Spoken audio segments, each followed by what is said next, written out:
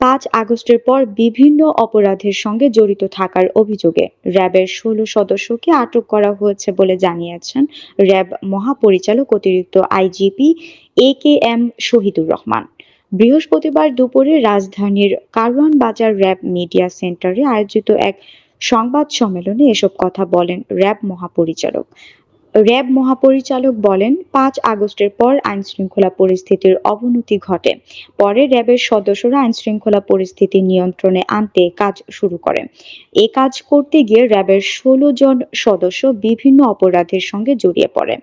তাদের বিরুদ্ধে চাঁদাবাজি, মাদক ও ছিনতাইয়ের অভিযোগ পাওয়া যায়। এসব অপরাধের কারণে এসব সদস্যদের বিরুদ্ধে ব্যবস্থা চলছে। তিনি বলেন, র্যাবের প্রতিষ্ঠান লঙ্ঘ থেকে র্যাবের ৫৮ জন কর্মকর্তা ও ৪,২৪৬ সদস্যকে বিভিন্ন অপরাধের শাস্তির আওতায় আনা হয়েছে। গার্মেন্টস সেক্টর অস্থিতিশীলতা, পল্লী বিদ্যুৎ সমিতিতে কর্মবিরতি সহ আইনশৃঙ্খলা পরিস্থিতি নিয়ন্ত্রণ কাজ করে যাচ্ছে র্যাব।